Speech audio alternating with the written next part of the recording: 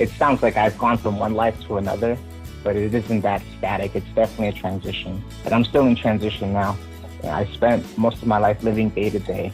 Right now, my life is going like I can see a year from now, which I wasn't able to do before. In today's episode of the Who We Are podcast, I talked to Sal about his incredible journey from growing up literally on the streets in Chicago and Indianapolis, and ultimately his life decision to go off script, which led to Pathfinder and what is now a promising career as a software developer at Deloitte. Sal, I am honored to spend some time with you here today. One of the things that I love most about Deloitte is the wide range of backgrounds and experiences of our people. And when it comes to you, I think you've got an incredible story and journey that you've been on. Maybe for starters, can you just talk a little bit about your background and upbringing as a stepping off point for us today? Sure. So I am a firstborn American. I am the son of immigrants. I grew up how many immigrant children grow up. I grew up with a single mother. Our family was actually a second family. My father was actually married, so we were like the little side family. So it was kind of just, my mother, my brother, my sister, and I growing up. And we grew up for the first half of my life in Chicago, which is, I'm sure some of you may know, is pretty expensive. And it's hard to make a decent life for yourself and for your children when, one, you don't have any documentation. You have very limited access to resources, jobs, and education. So I went growing up in the inner city, at least as a child in Chicago, near Humboldt Park. It wasn't as nice. It wasn't as nice back then as it is now, unfortunately. I did get to visit over the weekend, so I did kind of reconnect with that old neighborhood recently. So that was fun.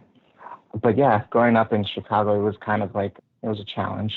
We were around like the same things that you would expect someone from the inner city to be around: prostitution, gangs, drugs, truancy, I guess if you want to call it that.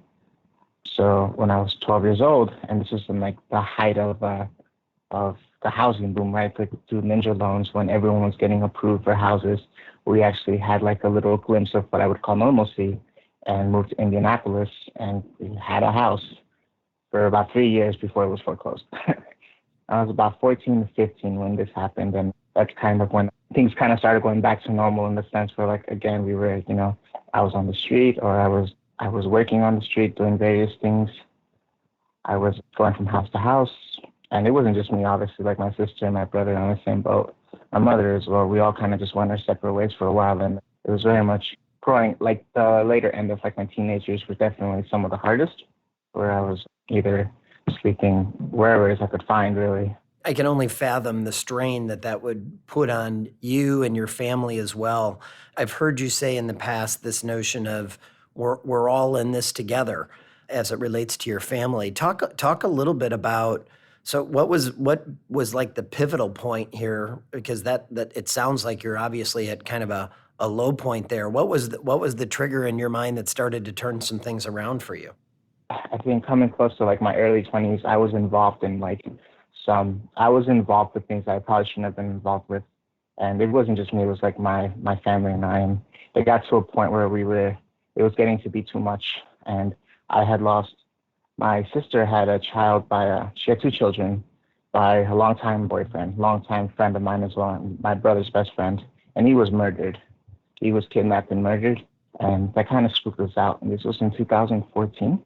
And I think that me and my sister had this really like retrospective talk about like how we just had to do things differently. And that was the catalyst, that first catalyst at least, that really got me thinking of maybe I don't have to live my life according to script, in the sense like I don't have to end up like being the person, I don't have to end up being a statistic, at least not now. So I went to Atlanta. I lived in Atlanta for a year. I got away. And then I was just kind of just being idle. And that's when I really started like getting interested in technology and getting interested in in the idea of doing something outside of the street. What spurred the interest in computers and software development and what have you for you? So for computers was just, I've always liked working on things. Like I used to working on the cars. I really appreciated like how cars are component based. And I saw that same sort of like architecture in computers, how things were component based and how things interacted with one another. So initially my interest was in hardware. I wasn't interested in software development until my sister died. And that was just kind of like, there wasn't ever a moment where I was like, I was really interested in software dev. My sister passed. I arranged her funeral, had very little money to arrange it. And the day of the funeral is when I went home and I Googled fastest ways to make money legitimately. There wasn't like this intrinsic like motivation for me.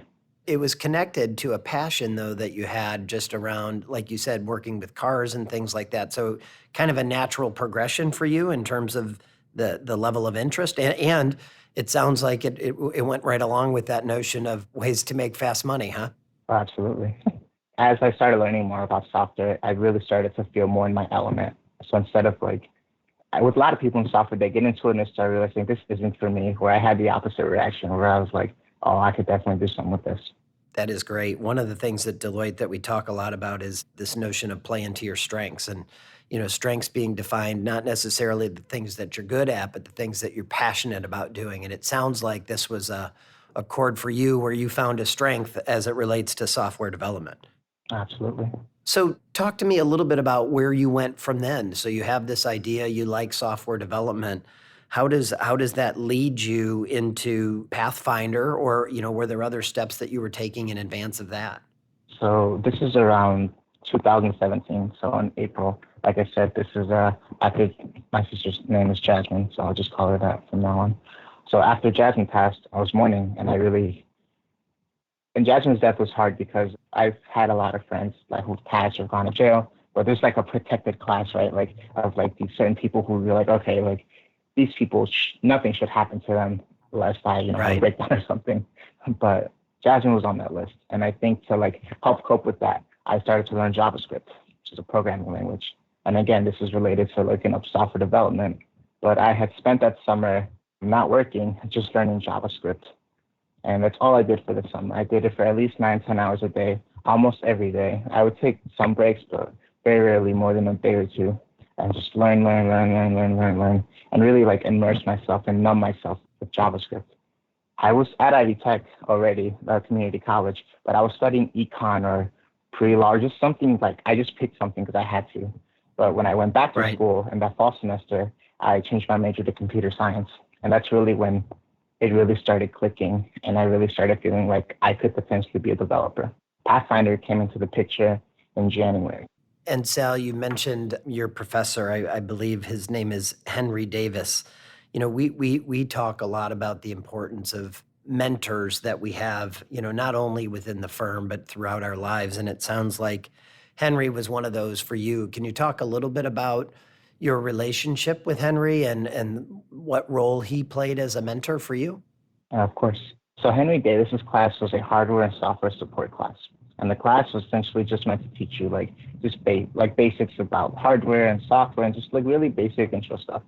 But with Henry Davis, we got a lot of the class revolved around how software is related to jobs and how software creates wealth and how software is essentially and how you would use it in a work environment. So it wasn't just like this blanket class like you would take in like you're in and out. With Professor Davis, every chapter always related to either a story that he went through, someone else or someone went through, or how that would relate to you in the future somehow. Henry Davis, he pulled me out of class several times and just talked to me about sometimes just about like stuff about his family, stuff about his laundromat. He owns a laundromat, by the way. And again, like I never shared anything personal with Henry Davis, like ever. Like he didn't know about what we're talking about now until much, much later after I was already in Deloitte. So it was kind of interesting that not only did he really single me out and he gave me lots of praise. So like at this point, my confidence was really shaky. I was coming into like a field that I knew nothing about. I was around other classmates who some were much older than me and had experience. Some were much younger than me and were like really quick and hot shots. And I definitely felt like I was in a weird place. But Henry Davis always, he gave me the confidence to like, not only to think that I would make it in software, but that I would thrive and excel. Very, very cool. So you go through the Pathfinder program and then you find yourself with an internship at Deloitte. Talk a little bit about that experience and some of the things you learned through that process. When I think of the Pathfinder program, I think of that scene in Goodfellas when Henry is introducing his future wife to all the mob people and introducing her to the world, I guess. That's what Pathfinder really did for me, except for the mob stuff. But Pathfinder introduced me to the world in the sense, like, I had no idea how businesses use technology. You use kind of I think there's a magic word called system. Everyone says, well, the system takes care of it. The system will do that. The system will do that, blah, blah, blah. With Pathfinder, I started to learn what a system was and like how we develop it and how it's used. And essentially like a system isn't really a system, rather it's just a network of people doing stuff. So that was the first thing that Pathfinder opened my eyes to. The internship opened my eyes even further. And I had never traveled. I told you, I went to Atlanta for that little bit, but that's really like the most travel I've done. With the internship at Deloitte, I started getting on planes, which I'm still not over flying, by the way. Yeah, but seriously, I'm trying to like articulate how much I learned in the internship, because it was a lot. I learned much more in the internship than I had at all of my time at Ivy Tech, at least from a technical standpoint. I had met other people who were driven and motivated. I created my network. So like the network I have now, the people I interact with now every day, every single one of them came after the internship. And about maybe 60% of them at the very least are just Deloitte by themselves. Oh, that's outstanding. So the internship ends and lo and behold, you have an offer from Deloitte. Talk to me a little bit about the role that you're playing now and some of the work that you're doing. Sure. So I'm working as a developer. My official title is Associate Application Developer. And what I do is essentially I support the internal Salesforce implementation at Deloitte, so project nurturing. And what I do is I get assigned so we're in Agile, we follow Agile methodologies. So I get assigned user stories, I get assigned tickets, I just get assigned little chunks of work that need to be done. And right now I'm definitely I'm still in the learning phase, but I am handling more responsibility and I have a more active role in our work. Oh, that's outstanding. And hey, that is still in a learning phase. I've been at the firm for 23 years and I'm still in a learning phase too. So don't ever break out of that. I think it's one of the things that's a big driver for us.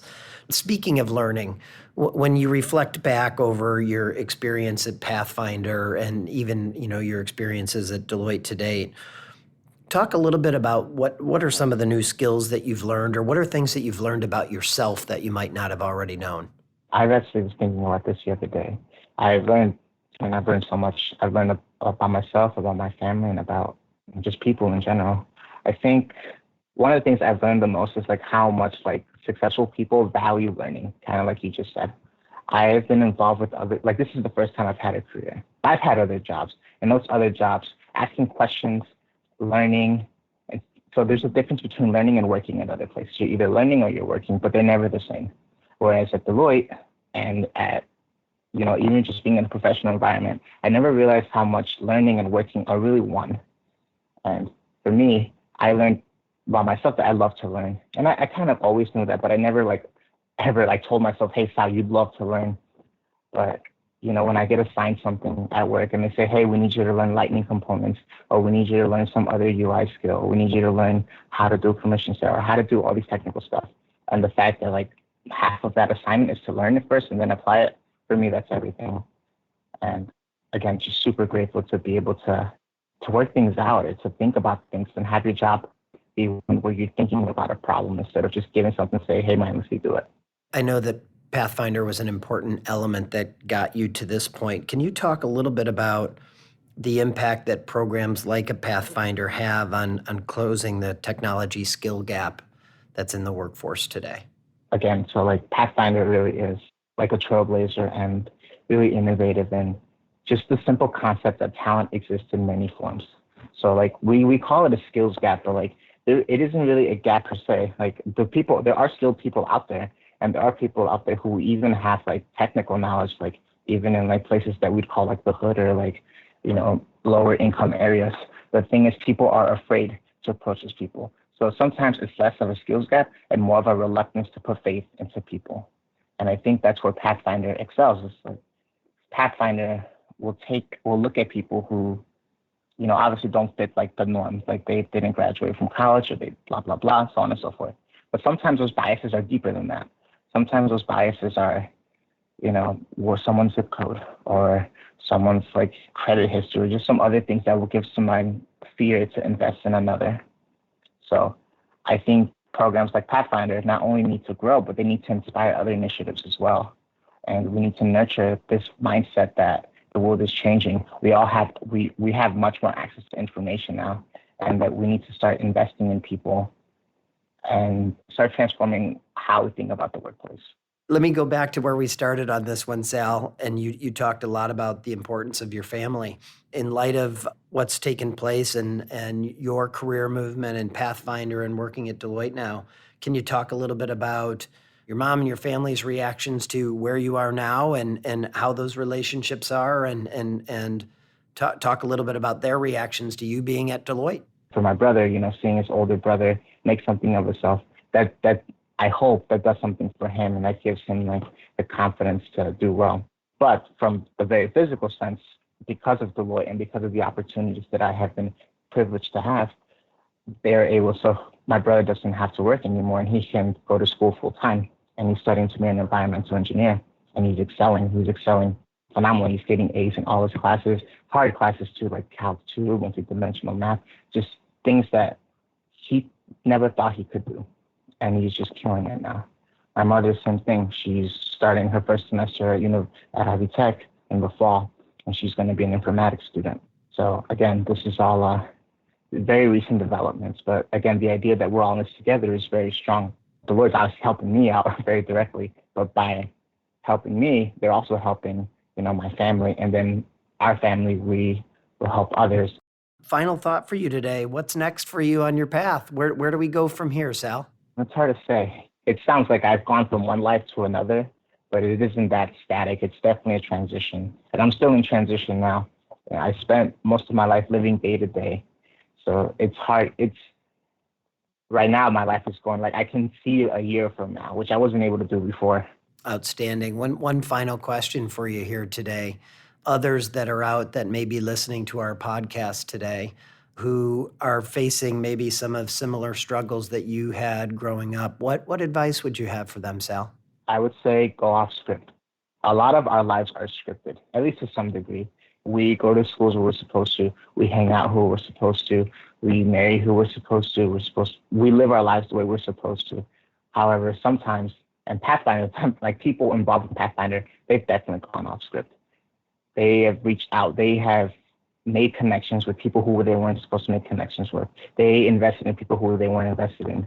So it's up to us on the other side to repay that faith and go off script ourselves and to be receptive to those people. Be receptive to those who want to help us. Be receptive to those who say you don't have to be a certain way.